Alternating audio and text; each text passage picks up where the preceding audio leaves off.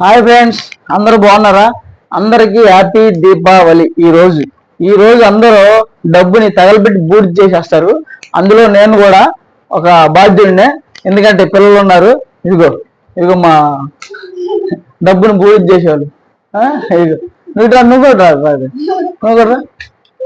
ఇదిగో వద్దు అంటే వాళ్ళు ఒప్పుకోలేదు. సరే, ఏదో విధంగా వాళ్ళకి నచ్చ చెప్పి 2 గన్లు అయితే కొన్నాను. చూడండి, 2 గన్లు, ఒక్కోటి 50 రూపాయలు. అంటే వేరే వేరే షాపుల్లో కొన్నా. ఒకటి 50, ఒకటి 60 రూపాయలు ఇద్దరికి. అయితే వాళ్ళకి రీల్స్ కూడా కొన్నా. ఇదండి రీల్స్, అంటే ఇవి రౌండ్ అవుతాయి, రొటేట్ అవుతాయి. చూస్తారా? ఇదండి.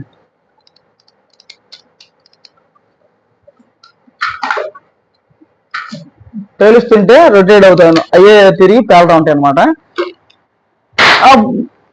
తెల్ల వాళ్ళ చేతులు ఏళ్ళు నొప్పులు వచ్చిందాక పేల్చుకుంటారు. ఎందుకు అనుకుంటున్నారు? ఒక్కోటి 10 రూపాయలు, 200 రూపాయలు ఇవి కొన్నా. ఒక 20 వచ్చినాయి. దీంట్లో వచ్చి 8, 9 ఉంటాయి. ఇలా ఉంటది, చూపిస్తా. ఇలా ఉంటది. ఇందులో 9 ఉంటాయి. 1, 2, 3, 4, 3, 9. ఓకేనండి, 9 ఉంటాయి. ఒక్కో రౌండ్కి వచ్చి 8 ఉంటాయి. అవి కొన్ని ఒక్కో దాంట్లో ఆ ముందు ఉంటుంది, ఒక్కో దాంట్లో ఉండదు. టోటల్గా అయితే 8 రౌండ్లు, 9 ఉంటాయి. వీళ్ళు చక్కగా వీళ్ళకి కత్తిరితో మనం కట్ చేస్తాం. చూడండి, చక్కగా ఇట్లా కట్ చేసి, ఇలా కట్ చేసి, వీళ్ళు ఒప్పుకోవట్లేదు. వద్దమ్మా, డబ్బులతో వద్దు, ఏదన్నా తినండి, లేకపోతే ఇంకోదన్నా మీరు కొనుక్కోండి అంటే కాదు అని బెక్క మొహం పెట్టారు. ఏం అనలేక తప్పదులే అని, తప్పదేక మరి మనం పక్కన చూసేక అంతా చేసేది. అందుకని ఈ పక్కన వాళ్ళతో పోటీ పడే రోజులు కాబట్టి ఇవి కొన్నా. ఇక వాళ్ళు రేపు సాయంత్రం దాకా కూడా పేల్చుకోవచ్చు. రేపు ఎలాగో స్కూల్ ఉంటుంది కాబట్టి రేపు స్కూల్ నుంచి వచ్చిన తర్వాత కూడా పేల్చుకుంటారు. ఇవి కొన్నా. చూడండి, ఒక్కోటి 10 రూపాయలు, 200 రూపాయలు పెట్టి అవి కొన్నా. గన్ను 100 రూపాయలు అయింది. మొత్తం 300 రూపాయలు వాళ్ళకే. సరే, అదంతా ఓకే, పక్కన పెడితే మరి సాయంత్రం ఏదో కాల్చాలి కదా అని కాకరపువ్వు ప్యాకెట్ ఒకటి కొన్నా. ఇది 30 రూపాయలు. భూచక్రం ప్యాకెట్ ఒకటి కొన్నా. ఇది 100 రూపాయలు. చిచ్చుబుడ్ల ప్యాకెట్ ఒకటి కొన్నా. ఇది 100 రూపాయలు, చాలా చిన్నదే. అలానే కాకరపువ్వు ప్యాకెట్ ఒకటి, ఇది ఒకటి తీసుకున్నా. ఇది 20 రూపాయలు. దాంతోపాటు తాళ్ళు, ఒక్కో తాడు 10 రూపాయలు అంట.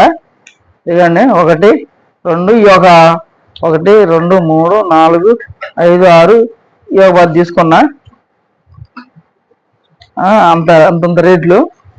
సరే, ఇంట్లో వాళ్ళు కూడా ఏదో ఒకటి కాల్చాలి కానీ ఇది ఒకటి తీసుకున్నా. మతబ్ బ్యాగ్ ఇది 150 రూపాయలు అంట. వీటికి మొత్తం 400 రూపాయలు అయినాయి వీటి వరకు.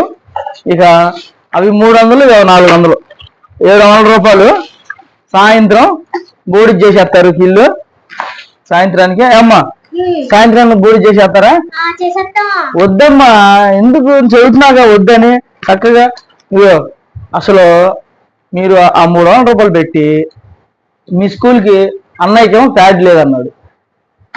70 రూపాయలు పెడితే ప్యాడ్ వచ్చేది. అన్నయ్య ఒక ప్యాడ్ కొనుక్కునేవాడుగా. నీకు కూడా స్కూల్కి కావాల్సిన కాదమ్మా, నువ్వు పెన్సిల్ బుక్స్ కొనేదానివిగా, ఎంత బాగుండేది. ఇదండి, తప్పదు, మరేం చేస్తాం, చేసేదేం లేదు. అందుకని 2 గన్లు కొన్నా, కాల్చిందని. అమ్మవచ్చు. ఇగో అదండి సంగతి. మరి మీరేం చేస్తున్నారు? మీరేం చేయబోతున్నారు? సరే, డబ్బు ఎవరికి ఊరికే రావు. మన గుండు గారు అన్నట్టు, మన లలిత జ్యువెలరీ ఓనర్ గుండు గారు, అంటే సారీ, ఆయన గుండు గారు అంటాను. ఆయన అలానే ఉంటారు కాబట్టి ఆయన అన్నట్టు డబ్బులు ఎవరికి ఊరికే రావు, కష్టపడితేనే వస్తాయి. తప్పదు. చిన్నప్పుడు మా నాన్న అనేవాడు ఏమనంటే, వద్దు, అప్పుడు 100 రూపాయలు 50 రూపాయలు ఖర్చు పెడతాయి వద్దని మా నాన్న. నేను మా పిల్లలకి ఎలా చెబుతున్నానో మా నాన్న అలా చెప్పేవాడు. మేము కూడా బెక్కమొహం పెట్టేవాళ్ళం. చివరాఖరికి మా అమ్మ, ఆ పిల్లలకి లేకపోతే అట్ట, అది ఇది అని. మరి తల్లి ప్రేమ అలా ఉంటది కదా. అందుకని మా నాన్న 100-150 తీసుకొచ్చి ఇచ్చేవాడు. మా నాన్న అప్పుడు ఎందుకు అనేవాడో నాకు ఇప్పుడు అర్థం అవుతుంది. సేమ్ అదే పొజిషన్ లో మా పిల్లల్ని నేను అంటుంటే మా మిస్సెస్, మా ఆవిడ సేమ్ మా అమ్మ చెప్పినట్టు చెబుతుంది. మరి తలిపే తప్పదు కదండి. అందుకని వాళ్ళకొక 400 రూపాయలు ఖర్చు పెట్టా చాలు ఇవాళకి. వామ్మో, అయినా సరే ఈ డబ్బులు ఏంటి అసలు, ఆ రేట్లు ఏంటి. చిన్నప్పుడు 100 రూపాయలు తీసుకెళ్తే దగ్గర 20 సంవత్సరాల క్రితం 100 రూపాయలు 50 రూపాయలు తీసుకొస్తే సాయంత్రం దాకా కాల్చే బొమ్మలు వచ్చాయి. తెల్లారికి కూడా ఎంతో కొంత మిగిలే. అటువంటిది ఇవాళ ఆయన మామూలు రేటు కాదు. అదండి సంగతి. అందుకని అందరికి హ్యాపీ దీపావళి. తక్కువతో అయిపోయేటట్టుగా సింపుల్ గా సరే ఉండవాళ్ళని ఖర్చు పెడతారు వాళ్ళు. మిడిల్ క్లాస్ ఫ్యామిలీ గురించి ఉండవాళ్ళు ఖర్చు పెడతారు, వాళ్ళు వదిలేద్దాం. ఉంది కాబట్టి ఖర్చు పెడుతున్నారు. లేని వాళ్ళు అప్పు చేసి మాత్రం ఇవన్నీ చేయొద్దు. పిల్లలకి నచ్చెప్పుకోండి. సో నా పిల్లలు అయితే విన్నారు, కానీ మాకు కావాల్సిందని పట్టుబాటు బిక్కమొఖం వేశారు. వాళ్ళమ్మ లేదు తీసుకో ఎంతో కొంత అంటే అప్పుడు జస్ట్ వాళ్ళకి ఈ రీల్స్ అవి పోయిన సంవత్సరం కూడా అదే పని చేశాను, ఈ సంవత్సరం కూడా అదే పని. ఇక ప్రతి సంవత్సరం కూడా ఏమైనా బడ్జెట్ తగ్గించుకుంటూ ఎదిగే కొద్దీ తగ్గించుకుంటూ ఇది తప్పమ్మ వద్దమ్మ చేసుకోకూడదు అని మమ్మీతో పాటు చక్కగా దీపాలు వెలిగించుకోండి మీరు కూడా అని 2 కాకరపువ్వొత్తులు అటువంటి చిన్న చిన్న ఏదన్నా వయసు అదే మన చిచ్చుబుడ్డి తీసుకొచ్చి అలా ఖర్చు తగ్గించుకునే ప్రయత్నం చేస్తా. మీరు కూడా అదే పని చేయండి. మన మిడిల్ క్లాస్ ఫ్యామిలీల వరకు ఉండవాళ్ళంటే పెట్టుకుంటారు, రూపాయి ఉంది కాబట్టి పెట్టుకుంటున్నారు, తప్పు లేదు. ఉండవాళ్ళు అప్పు చేసి పక్కన వాళ్ళ దగ్గరే వాళ్ళ దీపావళి వచ్చింది. ఎందుకంటే కొంతమంది నా ఫ్రెండ్ సర్కిల్లో నేను చూశాను, లేకపోయినా సరే అరే దీపావళి వచ్చింది ఒక 1000 రూపాయలు ఎవరా 2000 ఎవరా ఖర్చు కొనుక్కు రావాలని అప్పు తీసుకెళ్ళి చేసేవాళ్ళు ఉన్నారు. తీసుకెళ్ళారు, నా దగ్గర కూడా నేనే ఇచ్చాను గతంలో. కానీ కాదు తప్పు, ఇది వద్దురా అని చెప్పడానికి మనం సరిపోము. ముఖం మీద జీవితాలు ఫీల్ అవుతారు, బాధపడతారు. వాళ్ళ ఎంటర్టైన్మెంట్ అది చేసుకొని అప్పు చేసి మాత్రం చేయొద్దు.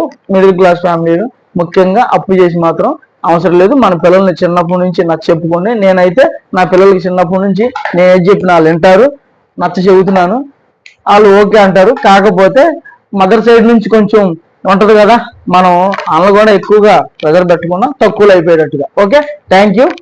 Like, subscribe. హ్యాపీ దీపావళి అందరికి.